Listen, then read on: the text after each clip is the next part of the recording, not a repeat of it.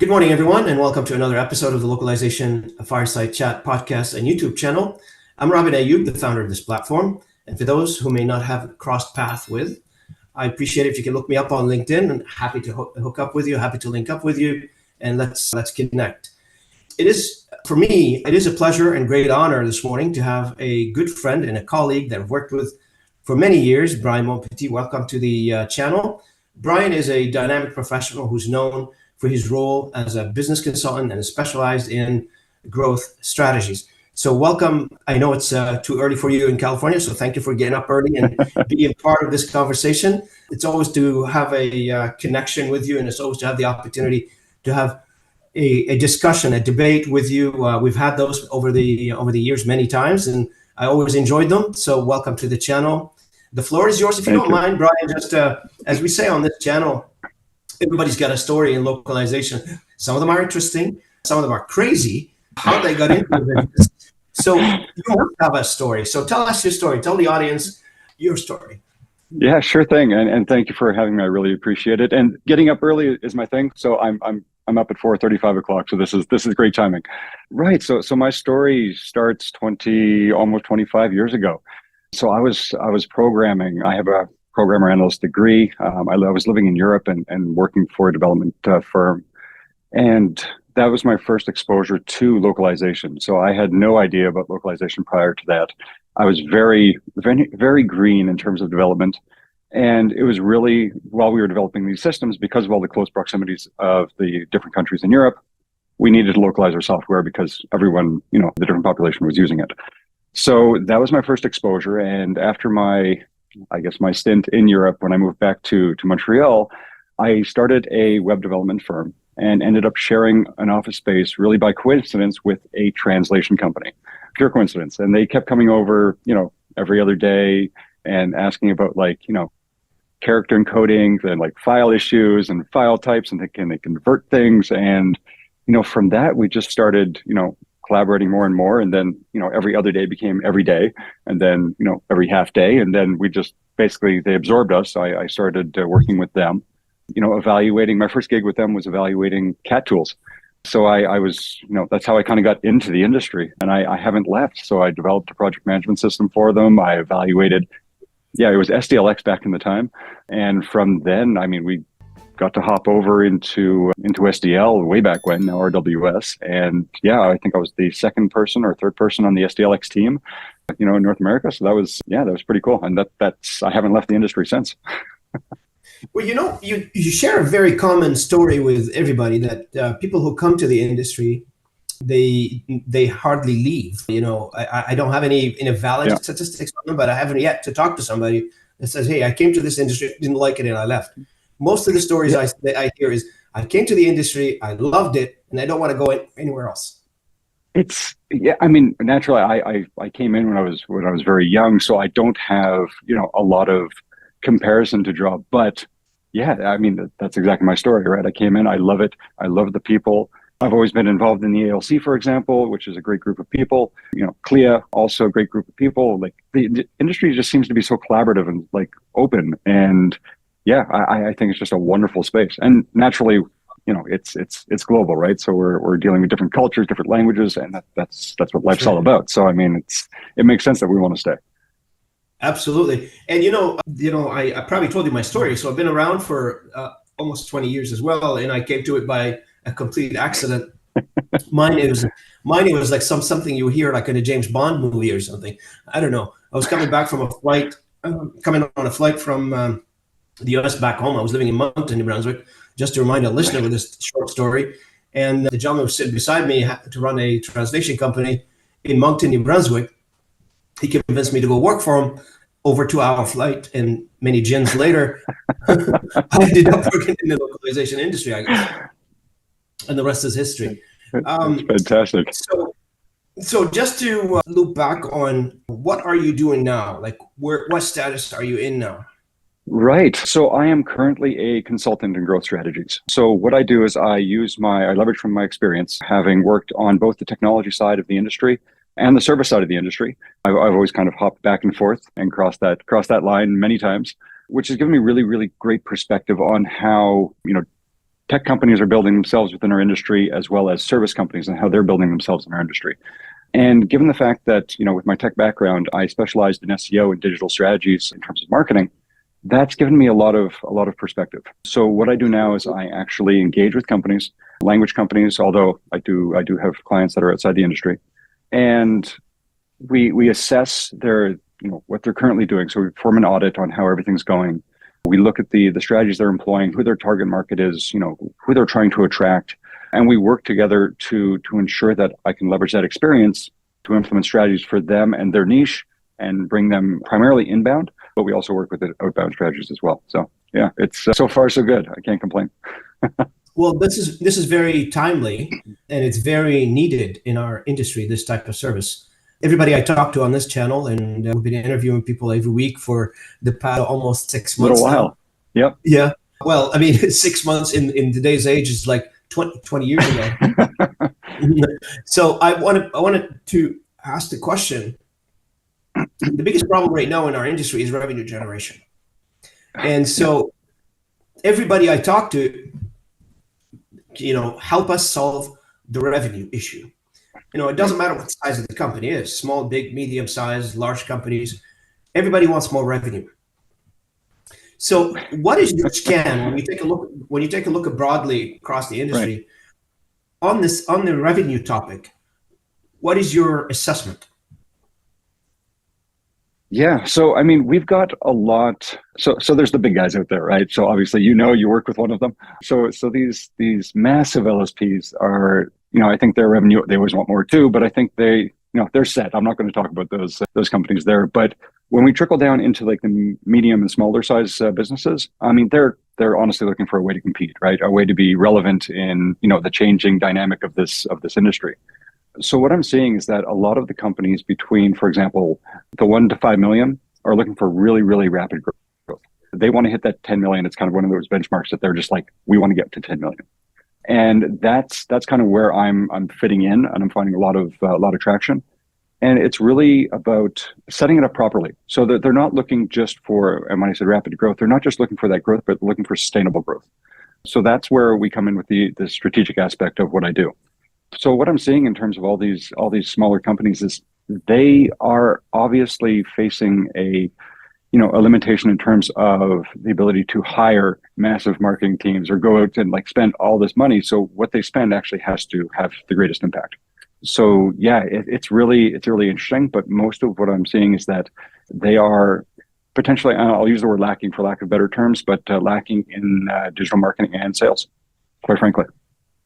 So they've got their processes down and everything else, but it's really those two areas that just that's right. So tough. And there's a couple of things going on, and this is a very interesting topic for me because I'm very, as you are well aware as well, very intimate with that topic a little bit because of my background, because I've been working on for the past many years. So one of the things it just comes to mind is for the medium to small to medium sized companies in our industry. Is it marketing or is it sales, or is it a debate between the two? Where are we? Where's the focus? So everyone is actually focusing on sales. If you look, for example, at all the recruitment, companies out there, they're all looking for business development. I think it might be, dare I say it, not the best strategy to move ahead just and build that sales team, although it's important. But these smaller teams leveraging inbound, I think is what's going to help them the most. They have the least amount of friction in terms of closing those deals, right? So you do need salespeople, but if you can get a healthy flow of inbound leads, you're going to close those down a lot quicker and with less, effort than going out and trying to establish, the cold calls and the cold email sequences and all these types of things. So yeah, for the smaller companies, I'm really thinking that the digital marketing side is a better way to go, because once you have the inbound leads coming in a recurring fashion and steady fashion, that just creates a wonderful baseline that you guys can just keep closing while you invest money into going out and doing other sales strategies. So one of the things that not just the localization companies struggle with is the budget allocation between marketing and sales, and this is not specific to localization. Everybody knows that. No, everywhere. Yeah. So are you seeing a shift? So I'm still seeing everyone putting their money into the business development side. With what I'm doing now, I mean, obviously there are people that are seeing value in what I do and what the digital marketing side of things can bring them. So I do see people willing to spend, but it's not. It's not in the. I think the ratio is off. Let's put it that way. So I think that the ratio should shift towards marketing to actually feed sales and enable sales, but that doesn't seem to be happening. So. Yeah. And when it comes, Bryan, when it comes to the topic of short-term goals versus long-term goals, because when you're developing something like this, you're doing cultural shift in a lot of cases. Oh my gosh, what's yes. the appetite of it? Am I hitting a nerve on that one? No, it's really fun. I think that there's a lot of people that have these. They go in with a particular mindset. They forget about the reason why they started what they're doing. And I mean, I think all this gets diluted as you get bigger a little bit, unless you have a very, very solid culture implemented. But the purpose and why people are actually building their businesses is really critical to how they're actually going to grow their business and what drives the growth. So I think that the mindset shift of people, I think they're locked in this. Yeah, most of the people I'm seeing are stuck in their business, right? So they're working in their business and not on their business, as we say. So they are having trouble getting out of that mindset of being in the weeds and getting things done and pulling back and then looking at everything from a strategic perspective. So again, because I deal with the smaller companies, it takes a lot, I think, for the business owners or upper management to have that mindset shift. It really is ingrained that they need to focus on getting things done and deliver all the time. So I think there is definitely a coaching aspect when I come in as well, that I think it's healthy to do it and be challenged. But yeah, I definitely see the people not necessarily resisting, but having to adapt or accept that new mindset. So, and I mean, I think you guys, with where you work as well, you've got massive sales teams, you've got global presence, you've got a lot of things, and I think the corporate culture mindset is more ingrained. And it's very different from how the small guys operate. So it's really sure. interesting. I mean, the small entrepreneurs are working at an entrepreneurial level, right? So I mean, this is not unusual for an entrepreneur to be the HR, the head of sale. Oh my gosh, so many hats, so many hats, which is typical. So, but my concern is with everything that's going on in our industry and the changes that we're seeing, that the small, medium-sized entrepreneurs now are fighting for survival. Of course. Yeah. And if they don't do these changes that you're talking about, I think it would be very hard not to see revenue degradation. I would agree.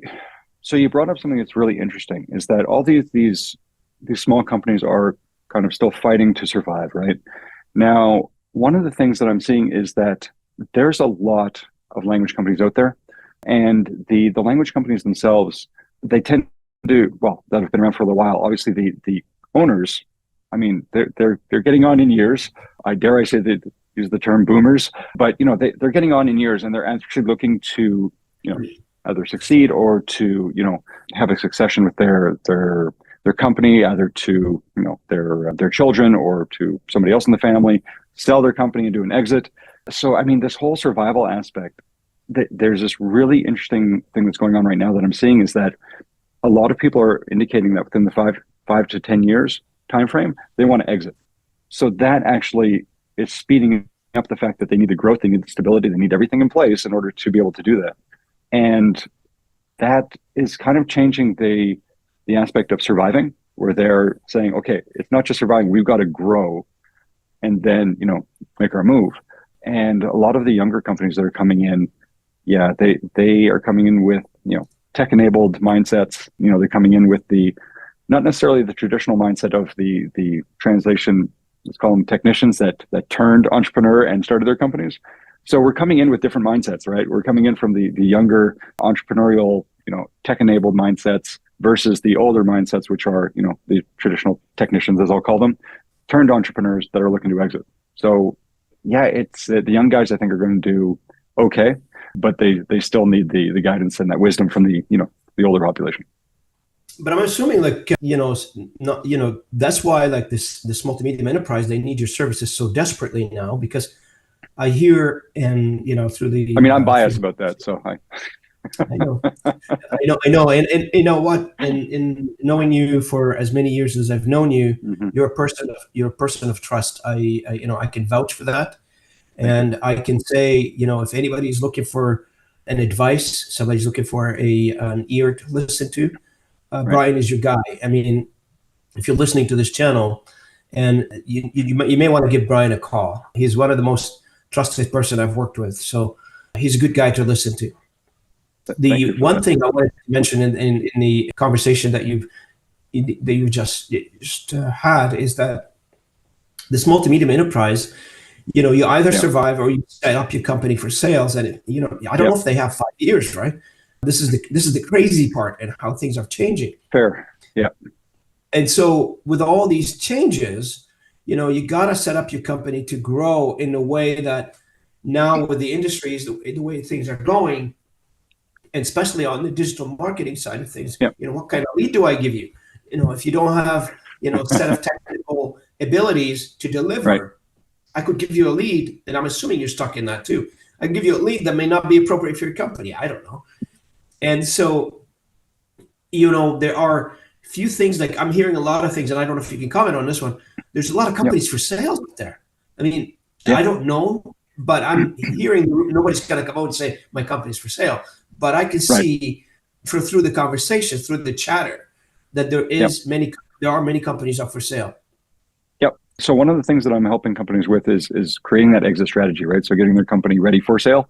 And there are quite a few people that are coming in signaling that they have the interest that they want to sell within that next 5 to 10 years. So yeah, I'm seeing that there. It's a good number. I mean, I can't give a percentage. Naturally, I haven't pulled but I know. Yeah, I know recently in a ALC survey that was put out, I think it was, I'm going to misquote this, I know, but I think it was like 3 in 10 or something to that effect that we're looking to sell within the next 5 to 10 years. So I may be misquoting that. I hope not, but I think that's what I remember. You know what?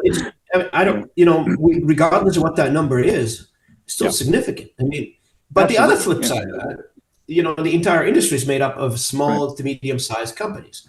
I mean, it's an 80-20 rule in our industry companies. Anyway, 80% of the revenue of the industry is concentrated at the top 20 companies.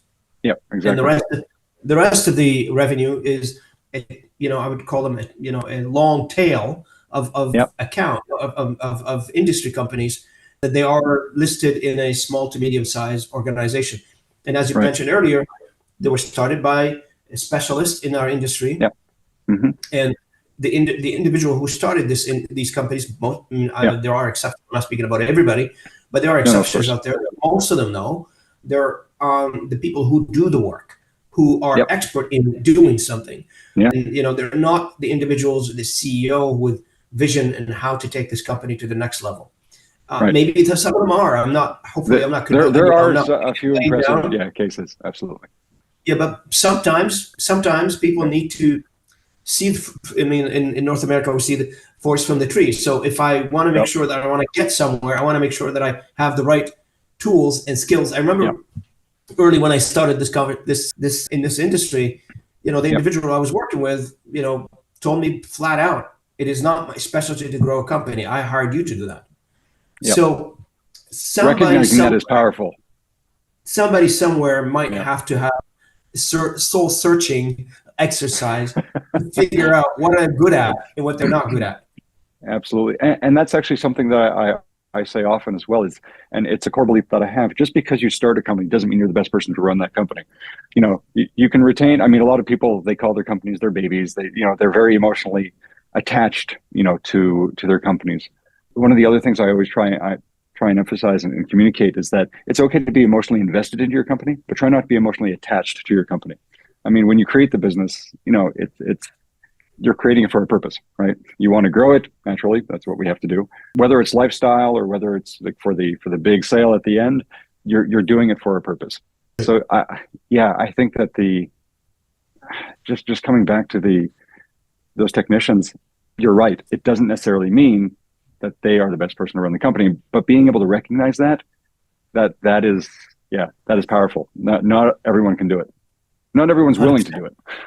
100%. And I'm reminded, like back in the days, a few years back now, when Bill Gates was managing Microsoft and Yeah, not managing Microsoft anymore, and right. hired somebody to manage Microsoft. So there may be some lessons out there. There are many of them, actually. I There- just stated one, but there are many of Yeah, them where the idea person is no longer running the company and somebody else is right. running the company. It doesn't mean Yeah, that you relinquished power and you lost no. everything. No. But there's a dynamic that has to kind of set in. I mean, even when I had my LSP, right? I was doing grassroots. I built it up, and at one point, I think about my third year, I was getting some pretty significant growth or rapid growth, and I realized I'm like, I can't wear all the hats. I mean, I was aware of this, but it's an understanding when that you have to make that switch over mentally.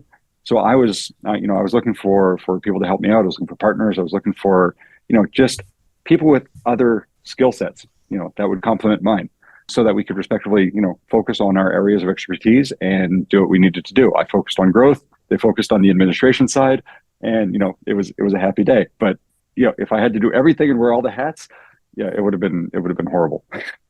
Right. And you know what? There's a lot of emotional investment in these entities Oh when my they God. get set up. Yeah, And you're right. it's the sweat Unfortunately, equity. yeah, you're absolutely correct. With business, there's less emotion and more business, and that's the Yep, balance, I think. So let's talk tech a little bit. So what's sure. hot in your opinion right now from a tech perspective? Tools, software. What is where is Yeah. where what's driving the conversation right now? So I mean, it sounds even silly to mention it, but everyone is talking AI, and I think that's where you had in the back of your head, you were like, this is what's going to come out. But yeah, everyone is talking AI. And it's everything from, is there AI in my current, tool set and tech stack, from using HubSpot that has their insights to, Google Analytics with their insights to, okay, how are we actually going to leverage, Gen AI in translation?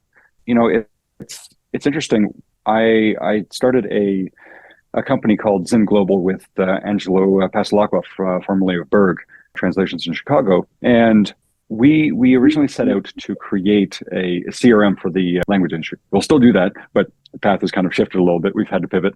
When talking to all the LSPs, one of the main things that they signaled that they wanted was data visualization. The industry itself and our tech stacks are so fragmented that we don't have necessarily the ability to clearly see how everything interacts. So, I mean, the companies that offer translation services and interpretation services, those are almost always siloed. Like you can't get a report that kind of puts everything into one space. So getting everything from trending information in terms of the reports, over the past few years on languages and people and availabilities and, fulfillment. I mean, it's tough to get, it's really hard, which also makes coming back to the selling of companies a lot more difficult as well, because the people have to understand and get the assessments of what's going on and do their due diligence. And that makes it more complicated. But with respect to that technology, data visualization is a huge thing right now. A lot of people are coming to us still. They're asking for it. They ask for help. And actually, we're going to be putting in the AI into the back end. But one of the really, I think, interesting and kind of funny things that happened is, when was it, last November, I think, or October, when ChatGPT kind of popped out. I was in the process of having a discussion with Angelo saying, okay, well, we've got the charts, we've got this, it's going in the right direction. And he was like, have you heard about ChatGPT? And I'm like, heard about what? What? And he's like, we have to get this in. It's AI, it's this. And he went off on this, this speech of, and he was so passionate about it. I'm like, yes, we have to do that. Okay. I said, let me play with it for a little while. Let me figure out what's going on.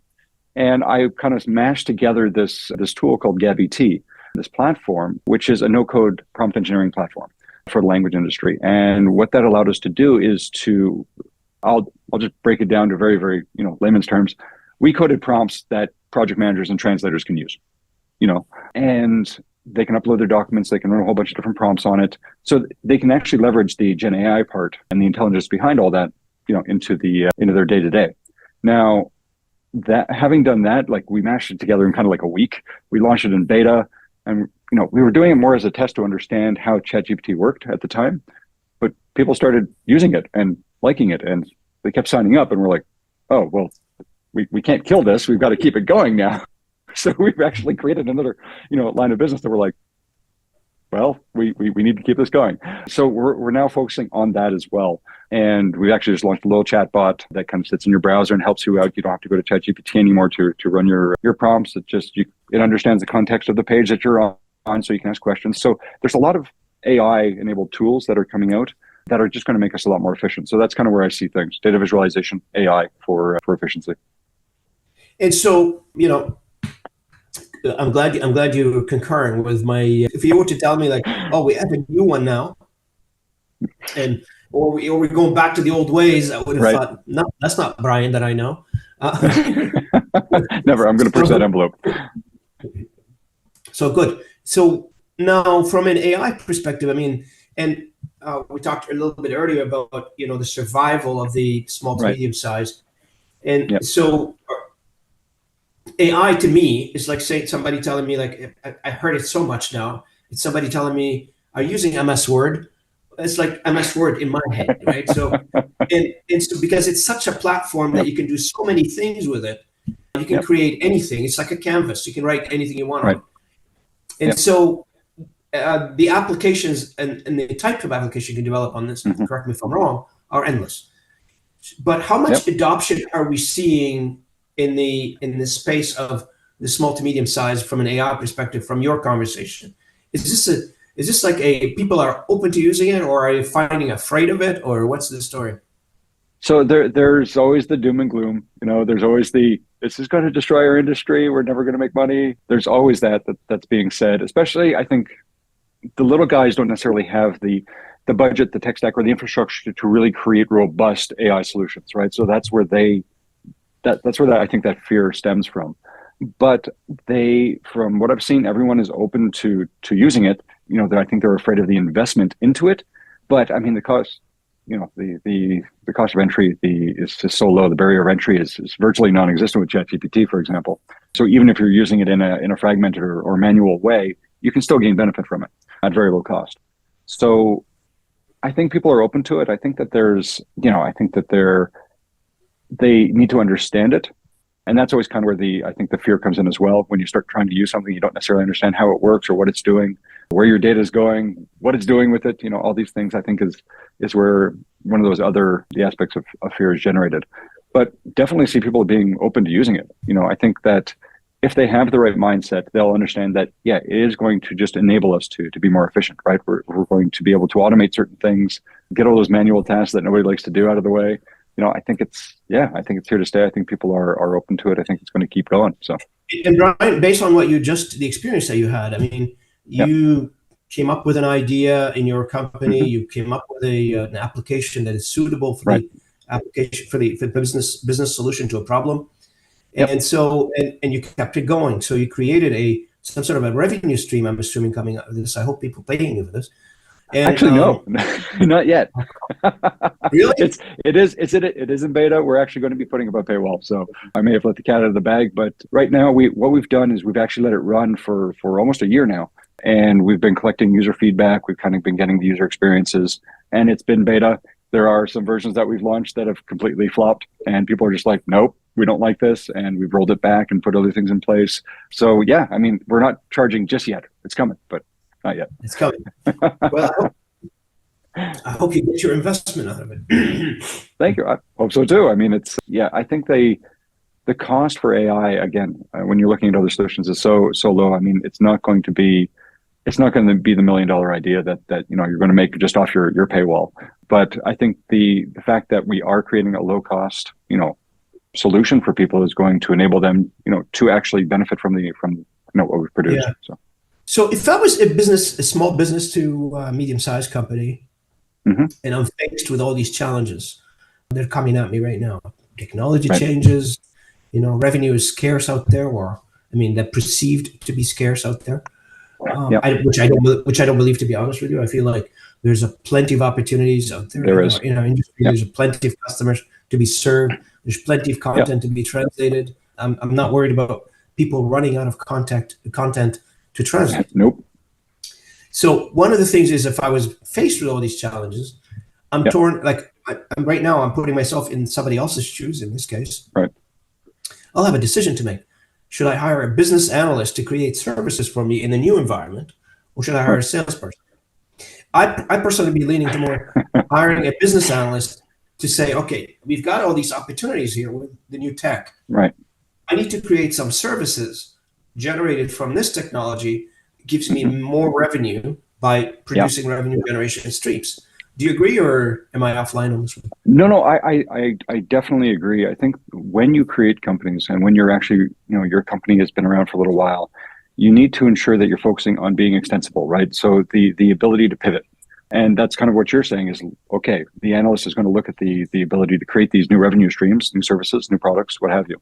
And I think identifying that is key, because as we mentioned before, just because you're running that company doesn't mean you have the ability to understand or see, for example, all the possibilities out there in terms of services or product possibilities. So yeah, I definitely 100% agree with you. I think it's a fantastic point. Yeah, like, we can go chasing let's face it, I mean, the industry is such a large industry in terms of the amount of content that this industry translate on or handles on a day-to-day basis. Right. Let's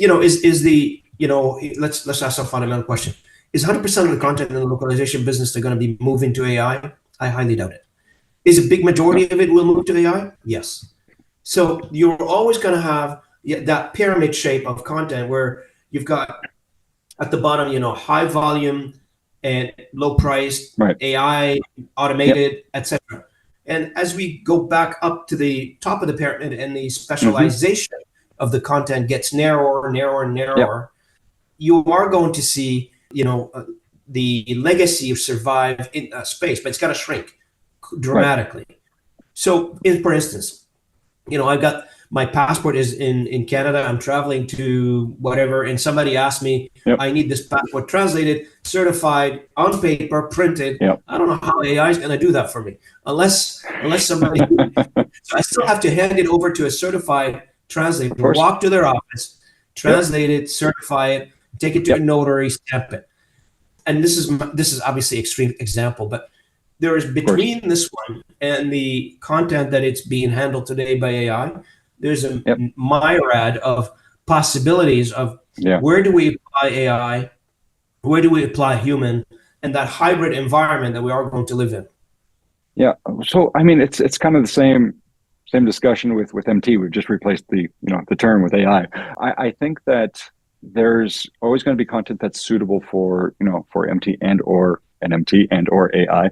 But one of the things that I think we have to keep in mind, and this is important to keep in mind for all the small businesses out there as well, is the buy side. Those people are going to require some liability. They want somebody to point the finger to if something goes wrong, right?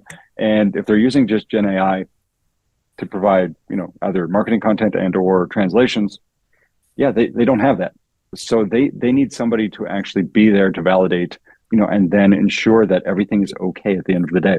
And effectively what they're paying us for is not only the translation and our cultural knowledge and all the things that come along with language services, but part of it is liability. Yeah, you're right. I mean, I'm hearing also take a drug company or life sciences company of any sort. And, they have issues big liability if you are going to go fully automated. For sure. Fully automated, who are you going to blame, right? So to your point, you need somebody to go back and point the finger at. Unfortunately, yes. One time I was in a meeting. I have a lot of anecdotes, sorry. I was in a meeting one time and a partner of mine was sitting across the table with me and he was trying to support me. And one of the things he said in the meeting, which I can't believe it was said in a business meeting, you should do business with these guys because they've got a very good insurance policy. And I just, not necessarily because they do a good job. They have a very good insurance policy. I said, thanks for the support. I appreciate it. Get out of here.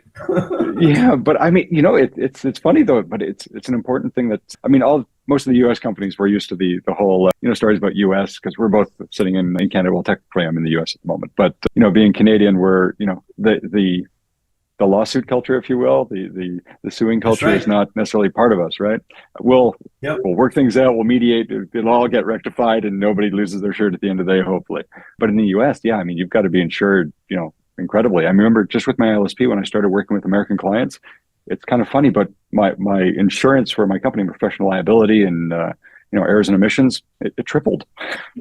Yeah. When they were asking where I was doing business, I was like, oh, all right, just because of the likelihood, right? So yeah, most companies in the US, being told, I don't know, they have more lawyers than employees, but what do I know? But yeah, so to your point, I mean, the liability aspect is really important. The insurance aspect, yeah, it's still important. It's a real thing. If companies have Correct. to pull something back off the shelves, I mean, if we're dealing with labeling or anything else, that's a big cost. I mean, So.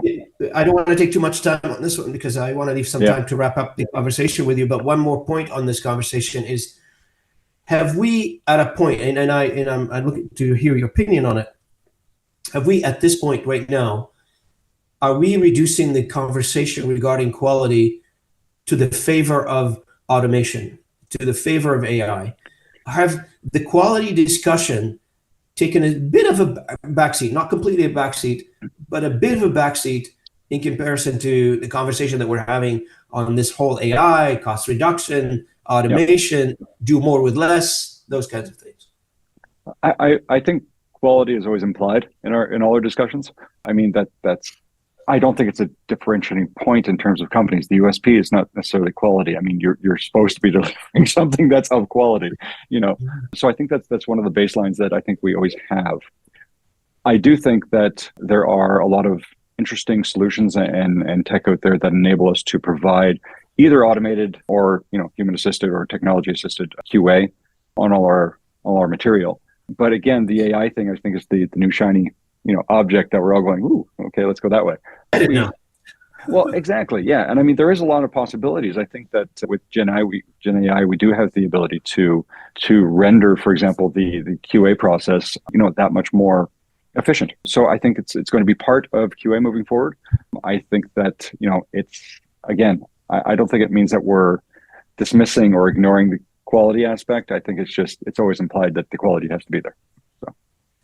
Yeah, I 100% agree with you, but I feel like the tolerance level for lower quality is much better now than it was, 3-4 years ago. I feel like if somebody makes a mistake, like in a user manual, or I'm not talking about a drug description or anything like that, or anything related to health sciences, but in some sort of a piece of content, people are just letting it pass by. Like there's less scrutiny on this one, and not because of the and it's not because of the LSPs or anything like this. No, if you talk about Gen AI and people taking content and generating it in ChatGPT or using ChatGPT to translate things to escape the cost of going to an LSP, they're taking that content and just throwing it out there and not necessarily being policed by anybody,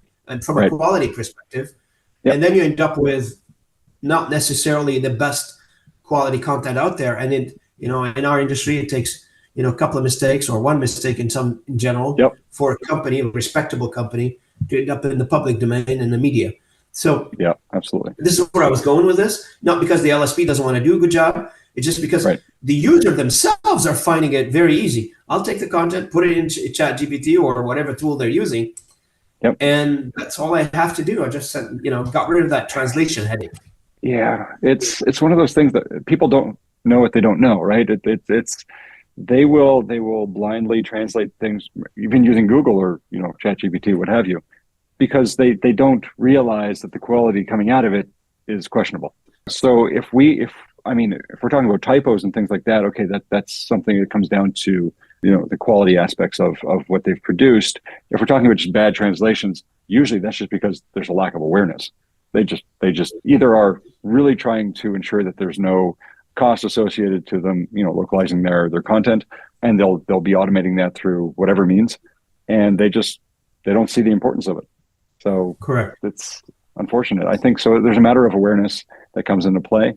And I think that when you're dealing with people that, for example, are doing these things, just putting it in, I mean, I see opportunity in that. I'm just like, ooh, all right, there's a mistake in their documentation. Let's go talk to them.